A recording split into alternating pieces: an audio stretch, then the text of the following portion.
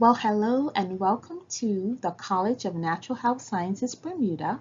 My name is Dr. Delcina Bean Burrows, and I am the President and Acting Dean for the College of Natural Health Sciences, Bermuda.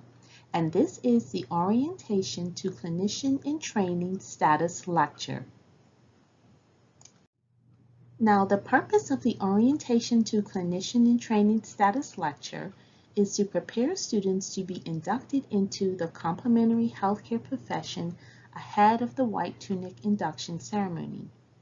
At the end of this lecture, inductees will be familiar with health and safety regulations, clinician-in-training personal hygiene and appearance standards, therapeutic use of self and client-centered care, ultimate responsibilities of the clinician in training. The Bermuda Public Health Act of 1949 and the Bermuda Safety and Health Act of 1982 govern health and safety regulations that affect holistic therapists and their work.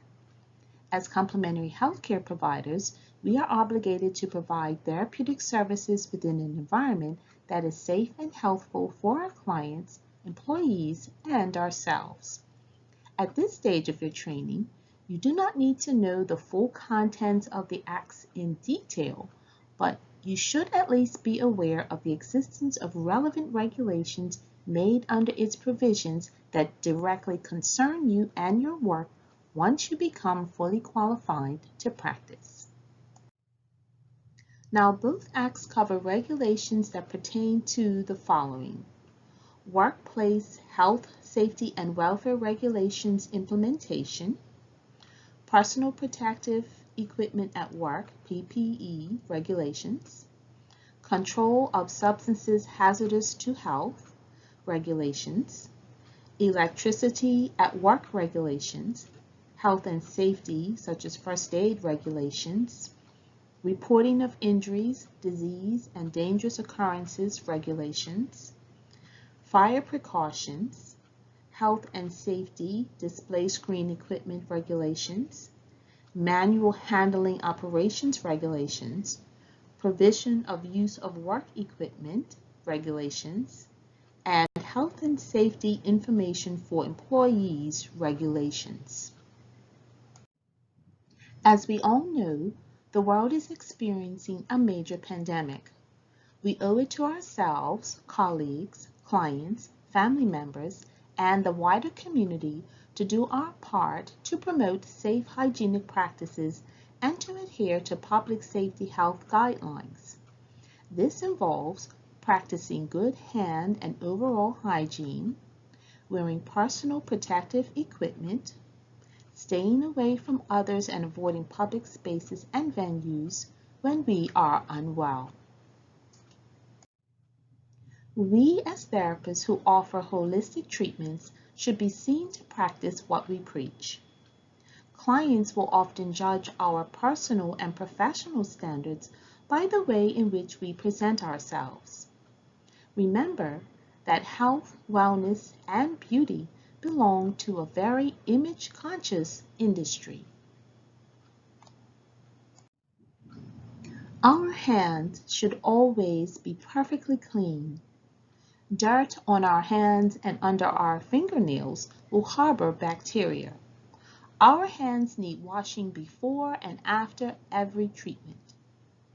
Where hands regularly come into contact with a client's skin and hair, as in manual therapy, aromatherapy, and reflexology, it is paramount that we protect ourselves by the thorough washing of hands. Long nails may look attractive but are not practical for bodywork therapy. They not only trap dirt but can also cause discomfort to clients by inadvertently scratching and damaging the skin. Keeping nails short and clean can prevent the risk of spreading infection and disease. Clean, well-manicured nails without splits or tears are hygienic and safe. Taking a daily bath shower is necessary to remove the buildup of sweat, dead skin cells, and surface bacteria. Skin in areas such as the armpits, feet, and genitals have more sweat glands than elsewhere, and the warm, moist conditions provide an ideal breeding ground for bacteria. Regular washing is therefore essential if body odor is to be prevented. Unpleasant breath is offensive to clients. Bad breath, or halitosis, is the result of particles decaying between spaces between the teeth. We need to brush our teeth after every meal. Bad breath can also result from digestive troubles, stomach upsets, smoking, and strong foods such as onions, garlic, and some cheeses. In addition to personal cleanliness, our personal appearance is an important factor. The effort we put into getting ready for work reflects the pride we have in our jobs. It is okay for us to have our own individual look, provided we appreciate and accept that there are professional standards of dress and appearance that must be adhered to, a sort of personal code of practice. Workwear should be well ironed and clean. Shoes should be clean and have low heels. They should be smart, comfortable, and made of materials suitable for wearing for long periods of time. Shoes should not be noisy as we walk around the clinic room. If our hair is long, it should be clean and tied back securely, and only a minimum of jewelry should be worn. And when we refer to jewelry, we are talking about normally stud earrings, but rings such as a wedding ring or a bracelet, those sorts of pieces of jewelry should not be worn because you can inadvertently scratch your client.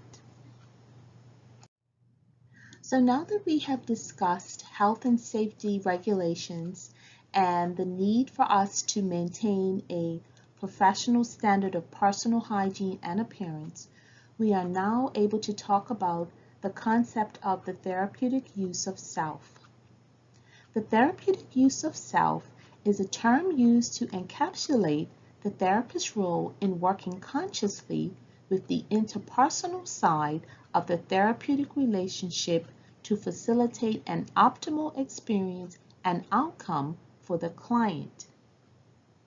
The term therapeutic use of self is the thoughtful and deliberate use of one's personality, opinions, and judgments as a component of the therapeutic process, according to Mosby's Medical Dictionary. Therapeutic use of self is an integral part of the practitioner-client relationship in that it allows the therapist to develop and maintain therapeutic relationships which draws on our personal qualities in order to provide client-centered care.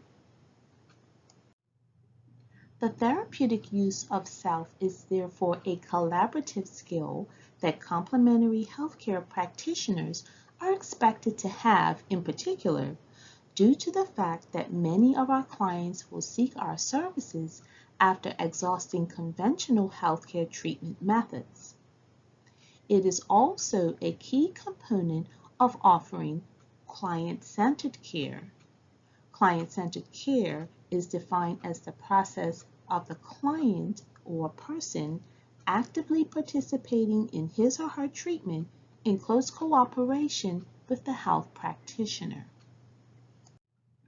Client-centered care takes into consideration the client's expressed values, priorities, and wishes while providing care with knowledge and respect so as to bring about the best possible outcome.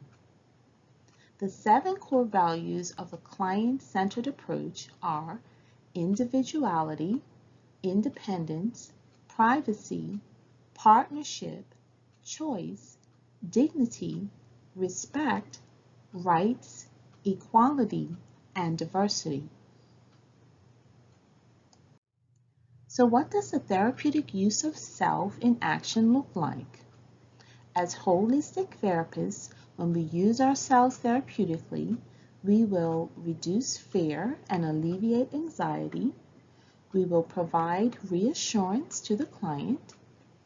We will obtain the necessary client information during our interactions. We will also obtain permission to intervene with touch when necessary. We will promote growth, development, health, and healing. We will support the body homeostasis process with the use of non-invasive natural modalities. We will foster greater abilities to cope with life stressors, and we will support the client through the healing process. Ultimately, the complementary natural health clinician in training is duty-bound to the same code of conduct, ethics, and professionalism as the fully trained clinician. Each student will be required to cite the complementary health practitioner's pledge at the induction ceremony. So we have reached the end of this lecture, and your orientation in training status assignment is to first state which acts govern safety and health in the workplace in terms of clinical practice. You're also going to state the personal hygiene requirements of holistic health therapists. You're also going to state what is meant by the terms therapeutic use of self and client-centered care.